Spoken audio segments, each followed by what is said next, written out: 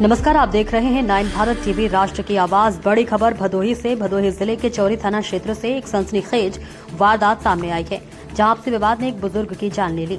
जहां दिनांक 1 अप्रैल 2026 को शाम करीब 5:30 बजे जगदीशपुर निवासी 60 वर्षीय बच्चन राम पर पाल चौराहे के पास चाकू से हमला कर दिया गया। बताया जा रहा है कि आरोपी श्रवण हरिजन, जो उसी गांव का रहने वाला है, ने आपसी विवाद के चलते इस वारदात को अंजाम दिया। घायल अवस्था में बच्चन राम को इलाज के लिए ले जाया जा रहा था, लेकिन रास्ते में ही उनकी मौत हो गई, जिसने पूरे इलाके में हड़कंप मच गया।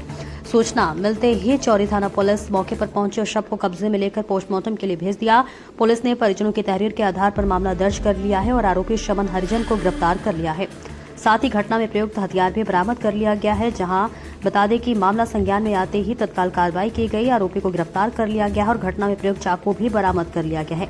आगे की विधिक कार्रवाई की जा रही है। इस घटना के बाद क्षेत्र में दहशत का माहौल है। वहीं पुलिस पूरे मामले की गहन जांच में जुटी है। ब्यूरो चीफ कृष्णा दुबे की रिपोर्ट भदोही से।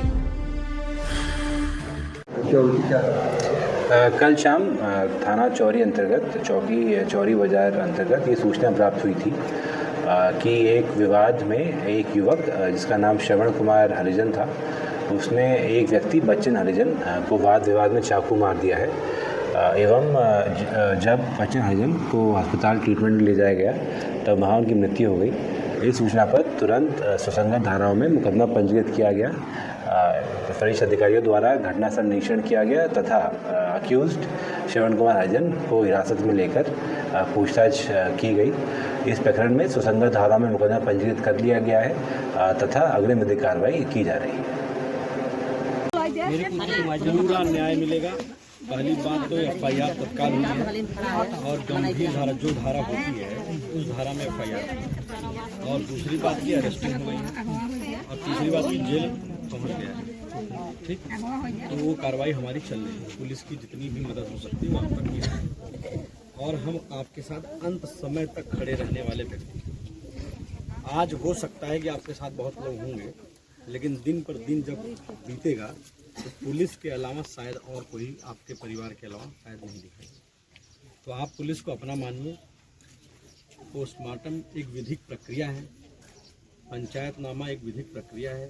अगर आप उसमें लेट करेंगे, अगर आप उसमें देरी करेंगे तो उसका घाटा आपको उठाना पड़ता है, क्योंकि फिर केस में हम लोगों को सब चीज़ें तथ्यों पर ही रखना होता है ना। तो क्या पंचायतनामा पे अगर आप नहीं कार्रवाई कराएंगे, आगे नहीं बढ़ाएंगे उसको, तो फिर उससे किसका नुकसान होगा, किसका तब हम लोगों को केवल उसको हम पंचनामा पे साइन करने के लिए ना नहीं बोल रहे हैं। हमारी जो विनती है, हाँ, वो चीज़ आपकी हम तो आपसे ही विनती करने के लिए मंच हमेशा खुला हुआ है। SDM अपने ऑफिस में मिलेंगे, SDM साहब जहाँ कहेंगे आप वो आपकी बात सुनेंगे। DM सर मिलेंगे आपसे जब भी चाहेंगे आप, SP सर मिलेंगे आपसे, CO और आई आपके साथ खड़े हैं, सब लोग खड़े हैं। तो आपका ऐसा नहीं है कि कोई बात आपकी सुनी नहीं जा रही है और आपका प्रशासन या पुलिस मदद नहीं करेगा। हर चीज़ आपके साथ है। सबसे बड़ा, क्योंकि आज जो दुख की घड़ी है वो दुख का संकट आपके परिवार पर है। तो ऐसे घड़ी में अगर हम लोग आपके साथ नहीं खड़े रहेंगे तो कौन खड़े रहेगा? हम आपके साथ। जो कष्ट आपको मिल रहा है, क्या ये कष्ट पीड़ादायक, मतलब कम पीड़ादायक है? अब इससे पीड़ादायक क्या कष्ट हो सकता है? इससे भी बड़ा दुख कोई आ सकता है? नहीं आ सकता, मैं जानता हूँ। तो हम आपके साथ हैं। वो उस कार्रवाई को आगे बढ़ाइए। जो आपकी बात है वो आप हर समय कभी भी मंच खुला हुआ है आपका, जब चाहेंगे तब मिलेंगे।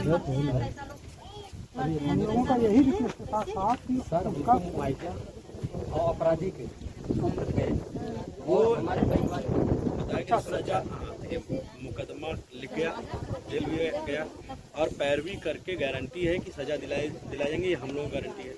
अब बात ये है कि जैसे जो प्रोसीजरल चीज़ें हैं इसीलिए तो आप लेट कर रहे हैं उसमें तो सर। और बाकी आपको धारा 302 धारा